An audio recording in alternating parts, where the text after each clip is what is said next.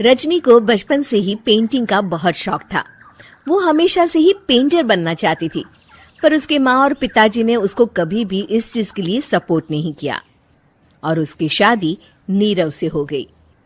नीरव रजनी को बहुत प्यार करता था, पर रजनी हमेशा चुपचाप ही रहती। वो इस शादी से खुश नहीं थी। वो ये शादी नहीं करना चाहती थी। उसे तो हमेशा से पेंटर जो बनना था।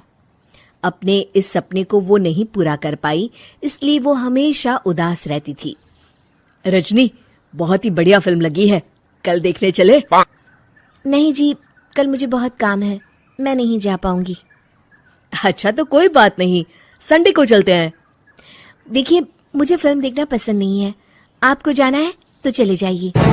नीरव को मना करके रजनी वहां से चली जाती है और अपने बैग को खोलकर उसमें बंद पड़े ब्रश और कलर्स को देखकर रोने लगती है। रजनी, चलो ना कहीं बाहर खाने चलते हैं, कुछ तुम्हारी पसंद का। जी, मुझे नहीं जाना, मेरी तबीयत ठीक नहीं है। रजनी वहां से चली जाती है। नीरव को समझ नहीं आता कि रजनी उससे इतना दूर क्यों रहती है। वो जब भी उसके साथ वक्त बिताना चाहता है, रजनी कोई ना कोई बहाना बना देती है। एक दिन घर पर कोई नहीं था। रजनी घर का सारा काम जल्दी से खत्म कर लेती है। घर पर अकेले होने के कारण वो सोचती है कि वो आज पेंटिंग करेगी। वो अपने कमरे में जाकर पेंट ब्रशेस और कलर्स निकालकर जैसे ही कलर मिक्स कर रही होती है कि दरवाजे पर बेल बज जाती है। अब कौन आ गया इस वक्त? इतनी मुश्किल से तो मुझे पेंट करने का मौका मिला है। रजनी दरवाजा खोलती है तो उसकी सास अपनी सहेलियों के साथ खड़ी होती है और सब घर के अंदर आ जाते हैं। अरे बहू, सबको शरबत बनाकर पिला दे, बाहर तो बड़ी गर्मी है। उफ। जी। रजनी पेंट ना कर पाने से उदास हो जाती है। उसे गुस्सा भी आ रहा होता है कि उसने इस शादी के लिए हाँ क्यों कह दी।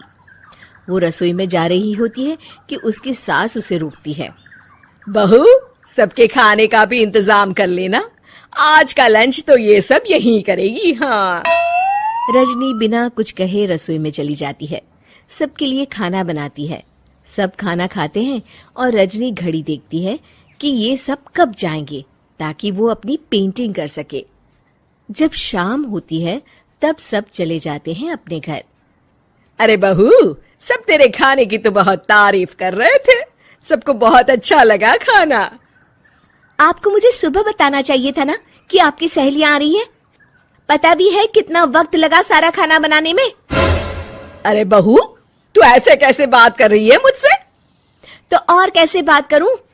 मैं इस घर की कोई नौकरानी नहीं हूं कि इतना काम करूंगी। रजनी अपने कमरे में जाकर दरवाजा बंद कर लेती है।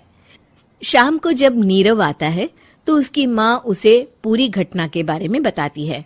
क्या रजनी ने आपसे इस तरह बात की माँ? हाँ, और पता नहीं उसे क्या हो गया है, शाम से बाहर भी नहीं आई है। मैंने तो कई बार आवाज दी, खाना भी नहीं खाया उसने। तू ही बात करके देख ले बेटा। नीरव अपने कमरे का दरवाजा खटखटाता है। रजनी, दरवाजा खोलो, मैं हूं। रजनी दरवाजा खोलती है और फिर वापस जाकर अपने बिस्तर पर लेट जाती है। रजनी, माँ से बात करने का ये क्या तरीका है? मैंने कोई गलत बात नहीं की है। अरे तुम क्यों ऐसे बर्ताव कर रही हो सबके साथ? क्या तुम इस शादी से खुश नहीं हो? रजनी कुछ नहीं बोलती। अरे बताओ मुझे रजनी, क्या ये शादी तुम्हारी मर्जी के खिलाफ हुई है? हाँ, मैं ये शादी कभी नहीं करना चाहती थी। तुमसे क्या, मैं किसी से भी शादी नहीं करना चाहती थी। रजनी रोने लगती है। चुप हो जाओ रजनी, बताओ मुझे, तुम क्यों नहीं करना चाहती थी शादी? रजनी बेड के नीचे से अपने पेंटिंग्स, कलर्स, ब्रश, पेपर्स निकालती है। इतने में उसकी सास भी कमरे में आ जाती है। ये देख रहे हो, ये थे मेरे सपने। मैं पेंटर बनना चाहती थी, पर माँ पापा ने कभी सपोर्ट नहीं किया और मेरी शादी करवा दी। मेरे सारे सपने टूट गए। हर वक्त बस गुस्सा आता रहता है मुझे।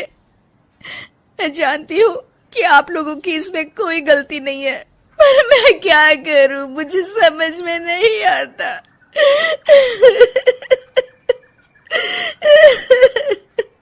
रजनी फूट फूट कर रोने लगती है।